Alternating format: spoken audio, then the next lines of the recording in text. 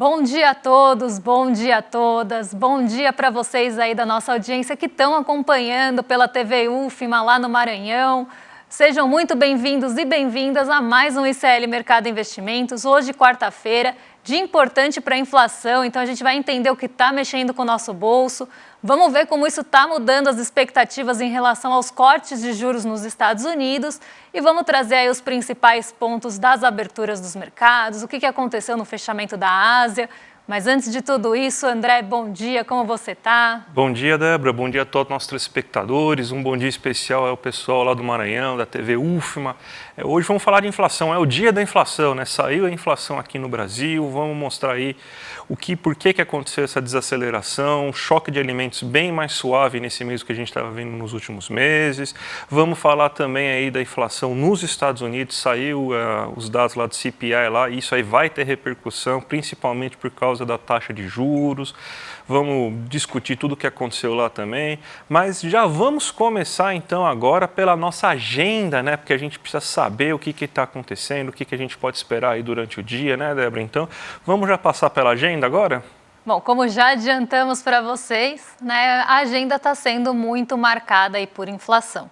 Então, a gente tem IPCA de março sendo divulgado às 9 horas da manhã e a gente vai passar com detalhes esses dados para vocês. Também às 9 horas da manhã, divulgação do INPC e do INCC calculados aí pelo IBGE. Então, um dia aí de inflação brasileira bem presente na nossa agenda. A gente continua tendo ali outras publicações do FMI naquele relatório de perspectivas para a economia mundial. Departamento do Trabalho lá nos Estados Unidos, às 9h30, soltou o índice de preços ao consumidor e o núcleo do índice de preços ao consumidor nos Estados Unidos. Dado esse que a gente também vai passar para vocês, porque tem muito potencial aí de mexer com as perspectivas para a nossa taxa de juros aqui, que está sofrendo uma pressão que vem de fora, e isso também pode mexer aí com a abertura dos mercados hoje, que tinha tudo para ser positiva por conta das commodities, mas está sofrendo alguns impasses justamente por esse dado. Depois a gente tem diretora do Fed, né, participando aí de evento no BNP Paribas, então aqui ainda pela manhã, e a gente tem outros dados que saem aí ao longo da tarde. Então a gente tem a divulgação de política monetária do Canadá, outro capítulo sendo divulgado aí pelo FMI, agora do relatório monitor fiscal. Temos o Departamento do Comércio nos Estados Unidos divulgando os estoques no atacado de fevereiro, e em seguida a gente tem um dado que também tem potencial, agora às 11h30, potencial de mexer aí com o mercado, que são estoques de petróleo. A gente sabe que o preço do petróleo está muito volátil, então esse dado pode mexer aí com a trajetória do preço do petróleo de uma forma geral, tá? Então a gente tem também outro dirigente do Fed falando hoje já mais para o meio da tarde, um pouquinho depois do almoço, e temos aí a ata também sendo divulgada pelo Banco Central dos Estados Unidos, outro dado bastante esperado para o dia de hoje, que também tem muita força aí para mexer com as expectativas para os juros por lá. Então, uma agenda aí bastante centrada em inflação. Temos bastantes dirigentes do Fed, do Banco Central dos Estados Unidos, falando durante o dia hoje, que também pode mudar ali a direção para os juros, e ainda no fim da tarde a ata do Fed pode mudar também essa direção. Então, aí é um dia bem centrado nesse olhar para os juros nos Estados Unidos. E no fim do dia, às 10 horas da noite, 10h30 para ser mais exata, saem aí os índices de preços ao produtor e ao consumidor da China, dado que também tem aí possibilidade de mexer com a nossa abertura amanhã. E aí a gente vai trazer aí para vocês quando a gente tiver atualização amanhã cedinho. Vamos então já passar pelo nosso giro pelo mundo, né? Porque a gente tem bastante coisa acontecendo hoje. Você tem essa expectativa aí que o mundo estava, inclusive deve ter afetado a Ásia, né? Sobre os dados de inflação nos Estados Unidos. Então tá aqui a notícia que a gente coloca todo dia aqui no nosso site para vocês acompanharem, saber o que vai mexer aí no dia de vocês, para saber o que já aconteceu, né? Mas Débora, dados de inflação nos Estados Unidos, ata do FONC, tudo isso aí deve ter pressionado bastante aí, principalmente os mercados mais ligados, né? Como o Nikkei 225, que são esses mercados que são mais ligados às bolsas de Nova York, então deve ter tido algum efeito sobre isso, né? A gente teve um dia bem negativo hoje na Ásia por esses motivos que o André já citou. Então, a gente tem essa pressão vinda das expectativas, porque o momento que a Ásia fecha, a gente ainda não tem os dados ali completos, né? Não tem os dados divulgados, na verdade, a gente só tem as expectativas para eles, e a gente tinha uma expectativa muito grande em relação ao índice de preços do consumidor nos Estados Unidos e pela ata do FONC, que sai mais no fim da tarde. Então, os mercados por lá já começaram num ritmo mais lento, acompanhando o movimento de ontem de Nova York, que foi mais negativo também. Mas a gente teve um outro ponto que mexeu bastante aí com o mercado hoje e levou os mercados chineses para o terreno negativo. E aí eu vou colocar aí na tela para vocês o Xangai Composto, porque lá na China a gente teve uma mudança no rating soberano, então o rating do país, a nota de crédito dada ali para a China, né? Então como país, um rebaixamento, mas não foi que ele mudou ali de grade ou de nota, né? Porque a gente tem ali as notas, por exemplo, a mais, né? E aí a gente tem essas classificações. Não foi uma mudança de nota ainda, mas uma mudança de perspectiva. Então, a Fitch, olhando para os dados da China, mudou ali a sua perspectiva para a nota de crédito dada a ela. Então, a gente teve aquela mudança de perspectiva estável para uma possível perspectiva negativa. O que isso significa? Não é uma mudança ainda na classificação de crédito, mas uma indicação de que aquela nota pode sofrer um rebaixamento. Então, ela começa a ter uma perspectiva negativa, então de queda de rating. Então, a gente ainda não teve o downgrade, que a gente chama, né, que é essa queda da nota, mas a gente começa a ter uma perspectiva, uma mudança da perspectiva em relação à China pela Fitch. E a gente teve outras agências de rating hoje revisando também algumas empresas, né? Então revisando a nota de crédito de algumas empresas chinesas. Então isso acabou também contribuindo para o mau humor do mercado, que já não estava ali positivo, né? Era mau humor, então a gente já contribuiu com esse movimento.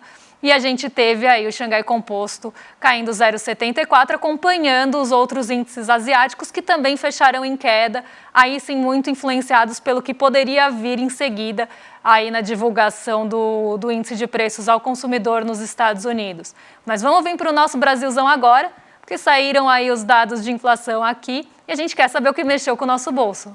Não, exatamente. A inflação veio abaixo do esperado, mas se a gente pegar as últimas semanas, tudo que a gente vinha falando, né, Débora, basicamente deu assim pau a pau, né? Porque a gente falou, ó, a inflação deve ter um peso menor do preço dos alimentos, que está tendo a gente observando aí os dados de inflação, por exemplo, da FGV, a cesta básica, a gente está vendo que os alimentos ainda estão crescendo de preço, mas estão crescendo menos, então você deve ter menos peso agora no preço dos alimentos, então deve ter uma inflação um pouco mais reduzida.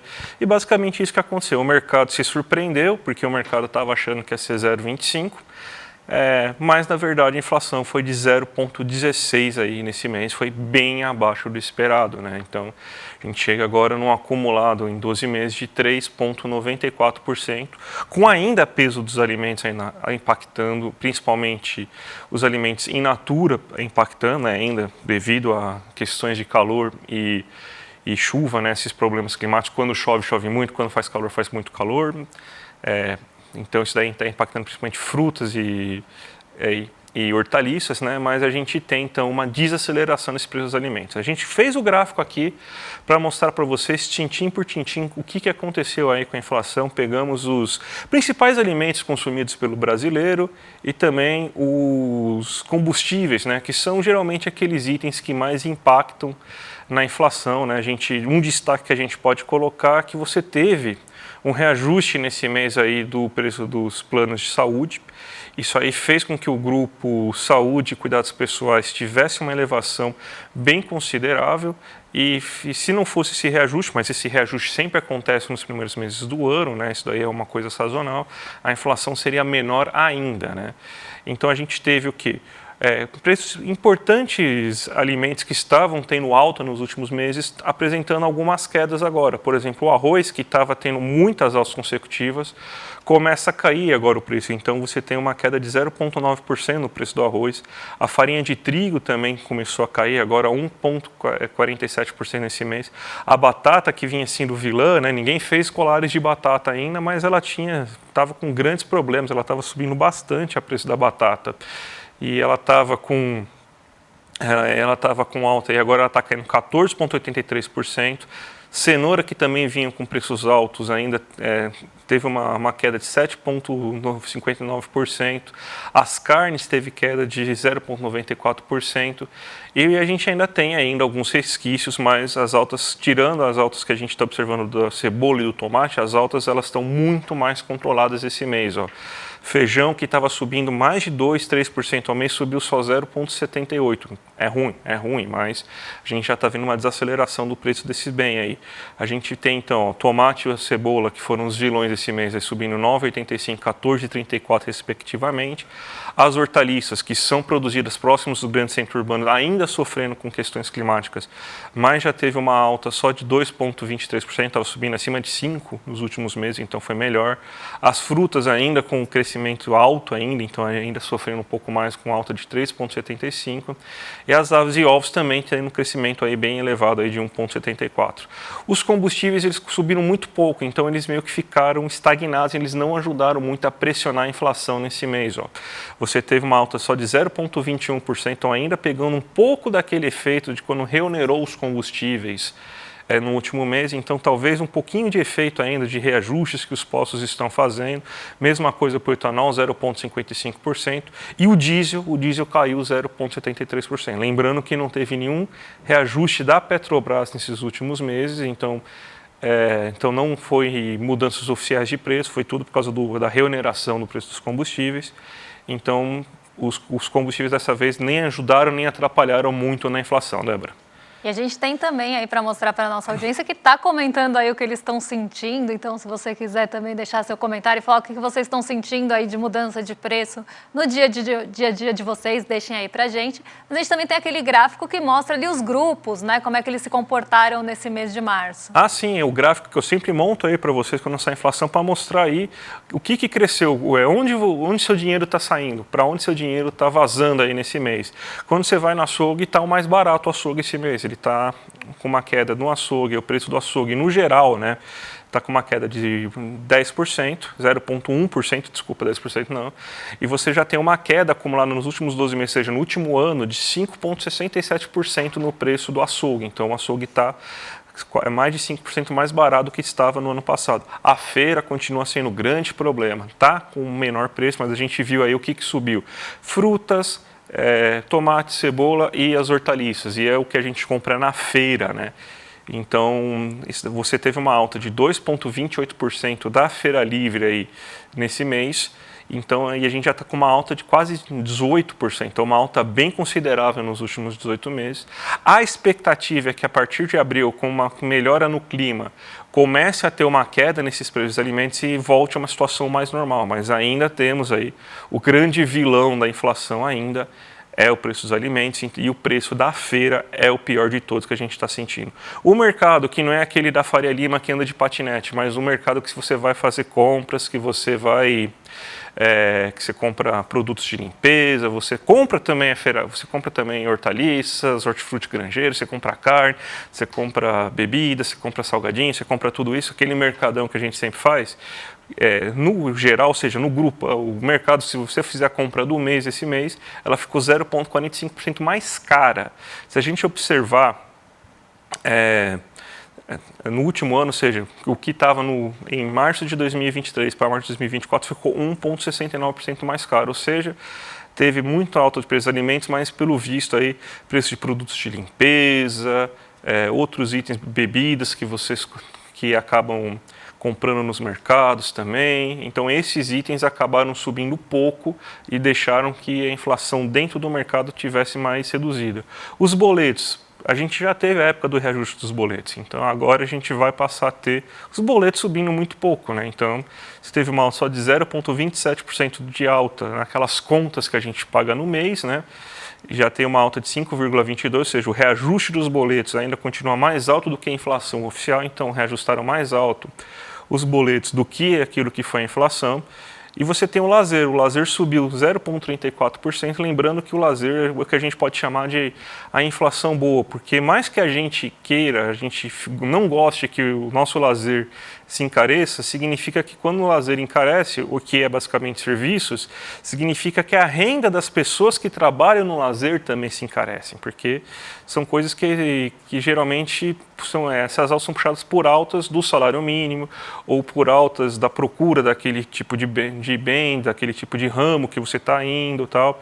Então o lazer subiu 0,34% e o lazer teve uma alta de 4,88% aí nos últimos 12 meses, acima do que a gente está vendo aí nos 12 meses no geral, justamente porque o reajuste do salário mínimo veio acima da inflação.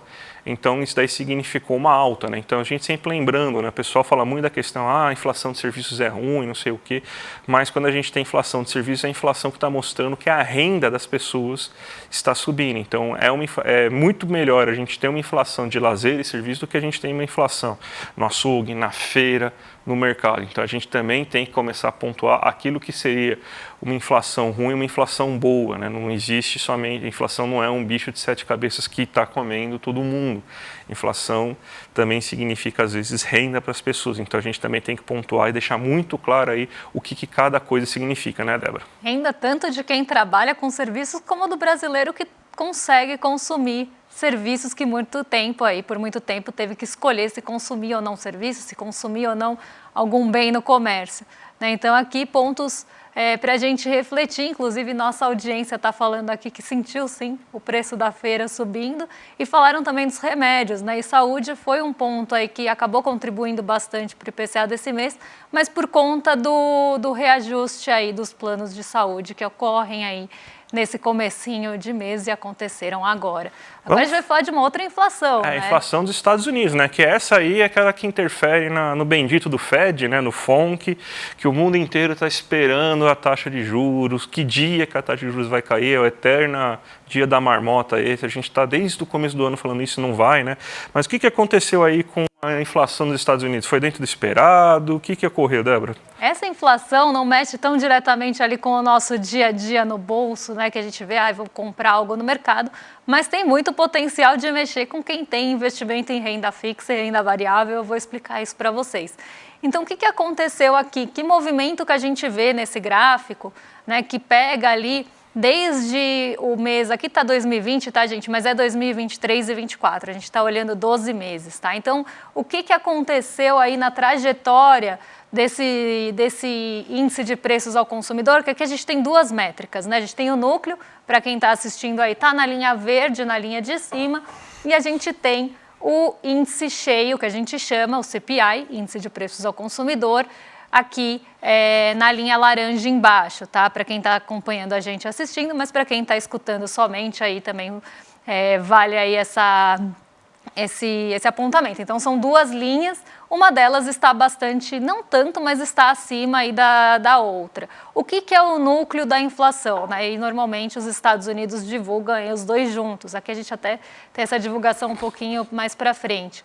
O núcleo é aquela inflação que exclui os preços mais voláteis.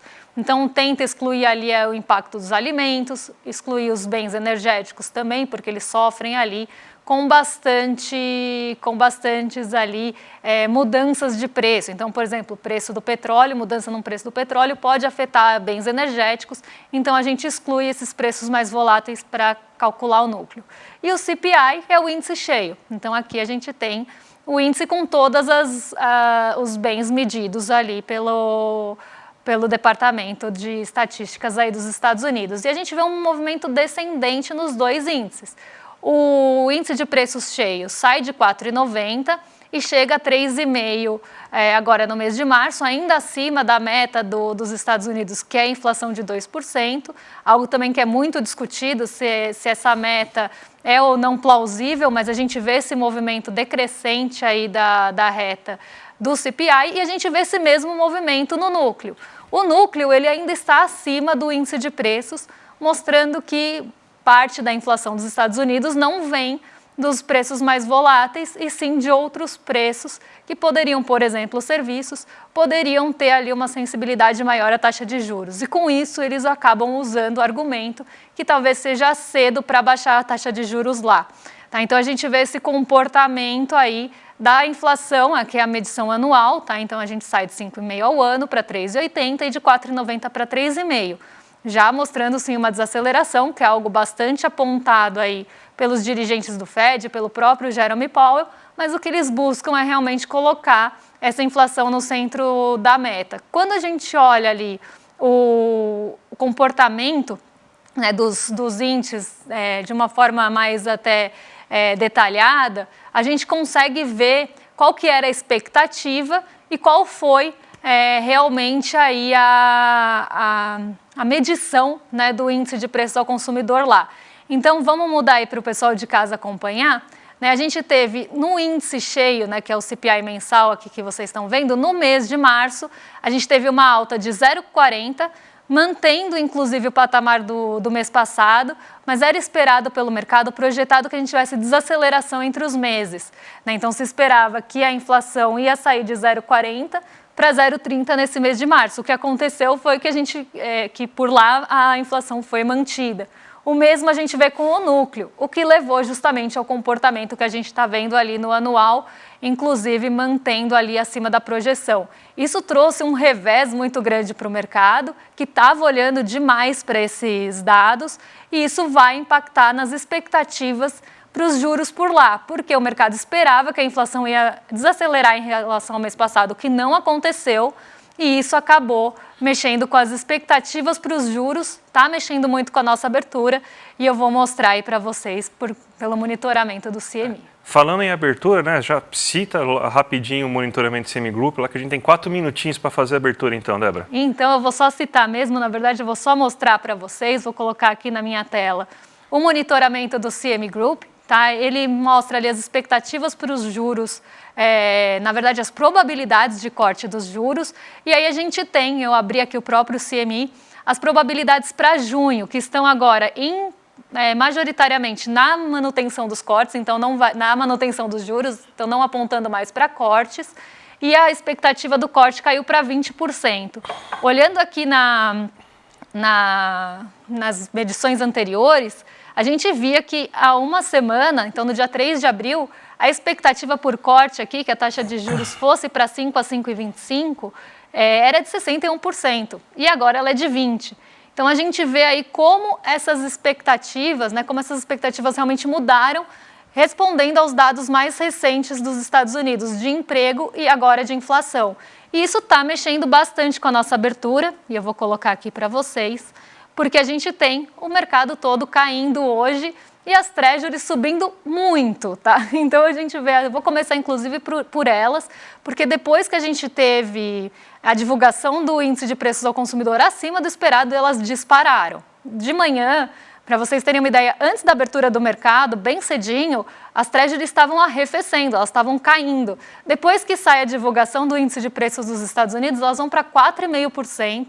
Sobem 3,14% e isso causa ali um enxugamento, né, do apetite pelo risco. Então, o apetite pelo risco sumiu hoje, os mercados estão buscando opções mais rentáveis e mais seguras, indo justamente para o mercado estadunidense de títulos públicos. Então, a gente vê a Nasdaq caindo, e a Nasdaq cai mais, uma proporção maior, justamente porque ela é mais sensível a juros, porque é uma bolsa intensiva em tecnologia.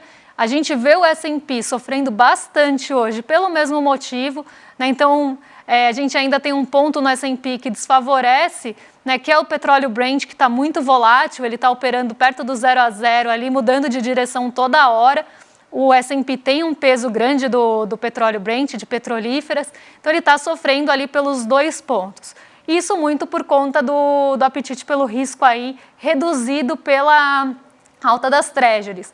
Quando a gente olha aí para o mercado de renda fixa aqui no Brasil, então vamos olhar para essa linha DI futuro, a gente vê que também está acelerando, não na mesma proporção, porque aqui a gente ainda teve dados de inflação abaixo do esperado, mas a gente vê essa alta acompanhando o movimento das treasuries. Isso mexe, por exemplo, com quem aplica em renda fixa aqui no Brasil, porque hoje provavelmente as taxas pré-fixadas do Tesouro vão estar mais altas, tá? Então a gente vê esse movimento acompanhando aqui o movimento de Nova York e reduzindo também ali a nossa bolsa. Então a nossa bolsa ela tinha tudo para abrir positivo, porque hoje as commodities estavam impulsionando, minério de ferro subiu bastante em Dalian, a gente teve ali uma abertura até do petróleo em alta, no comecinho do dia o petróleo estava operando em alta e isso tinha potencial para puxar a nossa bolsa para cima. Mas aí a gente teve essa queda do apetite pelo risco aí vinda de Nova York e a gente está ali negativo, mas essa queda poderia ser maior se a gente não tivesse o apoio da Petrobras e da Vale hoje.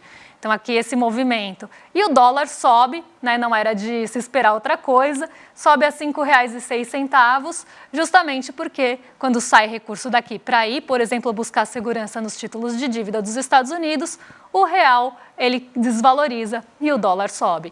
Então a gente tem esse movimento acontecendo hoje, só não está pior porque a gente tem algum apoio das commodities. Mas um dia mais negativo aí para a nossa bolsa.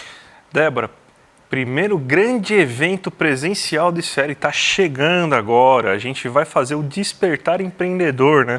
Vai ser então um encontro para a gente discutir inovação, liderança, inspiração, desafios de empreender. Então vai ser o maior evento de empreendedorismo do Brasil, gente. Ó, são 3 dias, entre os dias 14 e 16 de junho, um monte de apresentação técnica, shows, rodadas de negociação. Então vai ser imperdível. Lembrando que assim, todo mundo que virou já aluno do Empreendedor Mestre já está com o ingresso garantido, mas precisa confirmar a presença até o dia 14 de abril. Então, gente, clica aqui no link aí que vai aparecer aqui para vocês garantirem a presença aqui no despertar2024.com.br e aí vocês já colocam, aí vocês já confirmam, né? Mas se você quiser ver e você não é ainda aluno do Empreendedor Mestre, você pode tentar entrar na fila aí de espera do evento. E para você que ainda não é empreendedor mestre, mas você já é investidor mestre ou aluno do ICL, ó, você tem vantagem na lista de esperas, então você tem preferências. Então, ó,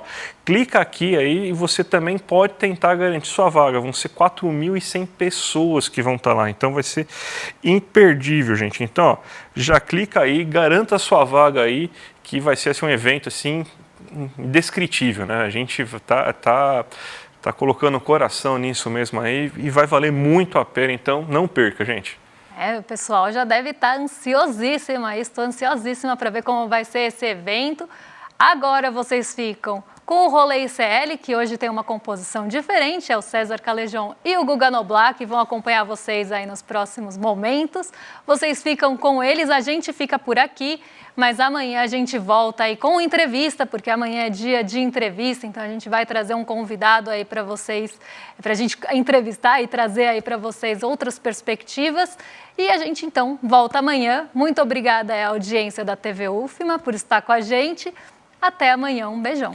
Até amanhã, um grande abraço para o pessoal de São Luís e região, e Maranhão, e até mais, gente. Pelas ruas de Cuba anda uma lenda viva. Se eu falasse para você que o nome dela é Aleida, talvez você não reconhecesse imediatamente.